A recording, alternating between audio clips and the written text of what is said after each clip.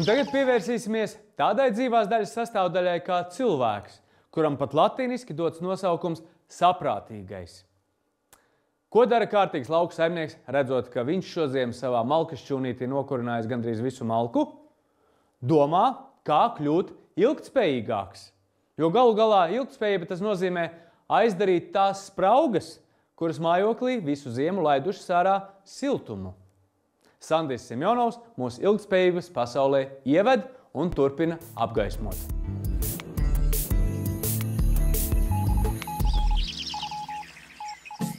Vides faktos par ēku siltināšanu esam stāstījuši ļoti daudz. Liktenis māju siltināšanas procesā ir krasi atšķirīgs. Tomēr šis ēkas renovācijas projekts nav pilnīgs. Šī ir vienīgā daudzstāvju māja Robežos, kas ir nosiltināta. Tādēļ svarīgs ir līdzfinansējums un mehānisms tā sadalē. Tomēr kopumā visā valstī šo nevar saukt par lielu veiksmes stāstu. Līdz šim Latvijā renovēts vairāk nekā 500 pašvaldību ēkas, kur izmantots klimata instrumentu, jeb KPFI finansējums par vairāk nekā 60 miljoniem latu. Renovēts arī vairāk nekā 650 daudzdzīvokļu ēkas, kur ir Eiropas jeb ERAF līdzfinansējums par vairāk nekā 40 miljoniem.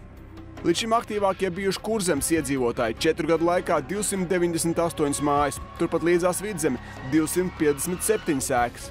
Diemžēl, kas ir tā bēdīgi, kad nesanāk kaut kā mūs iekustināt siltināšanu varbūt Latgalē, kur tas būtu īpaši svarīgi.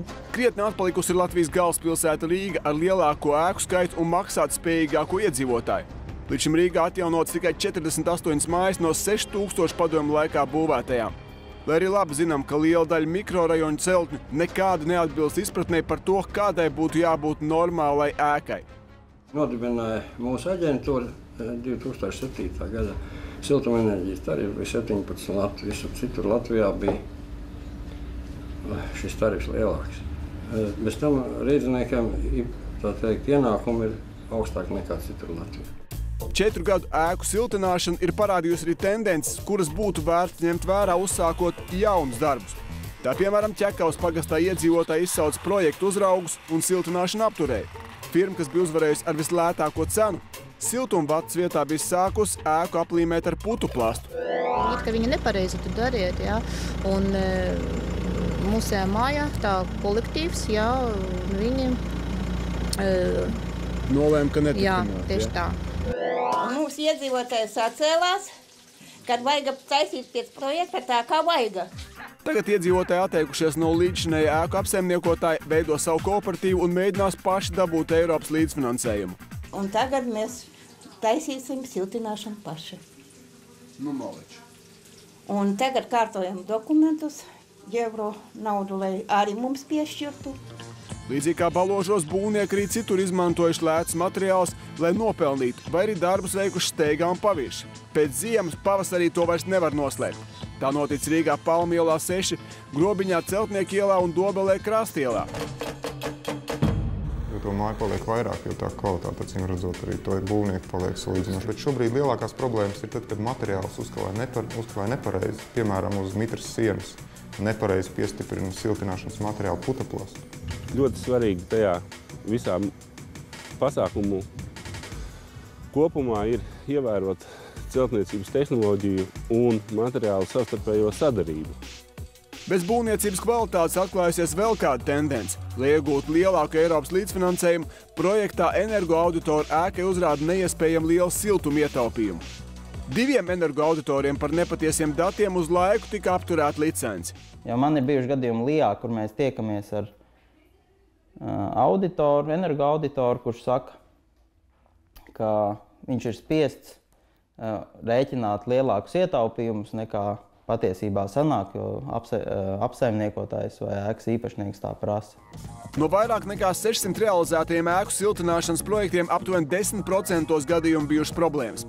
Ļoti svarīgi, lai projektā noteiktais siltuma un CO2 izmešu ietaupījums tiktu sasniegts. Ēka neietaupīs tik, cik viņiem ir jāietaupa. To konstatējas vai nu Lijā vai Vides ministrija atkarībā no līdzfinansējuma veida. Un tad var sākties tās lietas, kad tiek prasīts atpakaļ šis līdzfinansējums. Man nav saprotams, ja, kad ir valsts iestāde Lijā, vai ne, kas dod naudu, ir valsts speciālisti būvnieki, kas to naudu saņem, ja?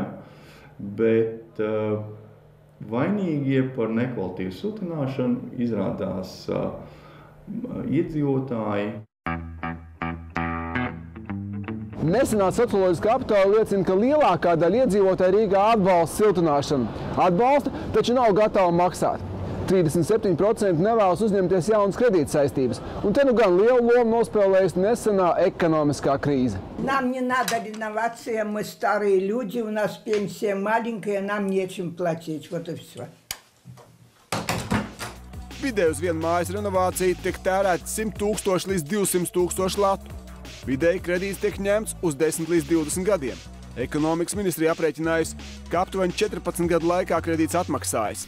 Domāju, ka tie cilvēki vienkārši līdz galam nesaprot to, ka tas nav tikai tie 3 tavi ārsienas kvadrātmetri, bet ka tas ir vesels darba kopums, kas tiek veikts ar šo ēku, kas kopā arī veido šo izmaksu.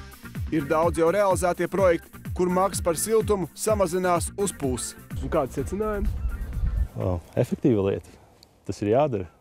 Tādēļ, ka energoresursu cenas ar katru gadu pieaug.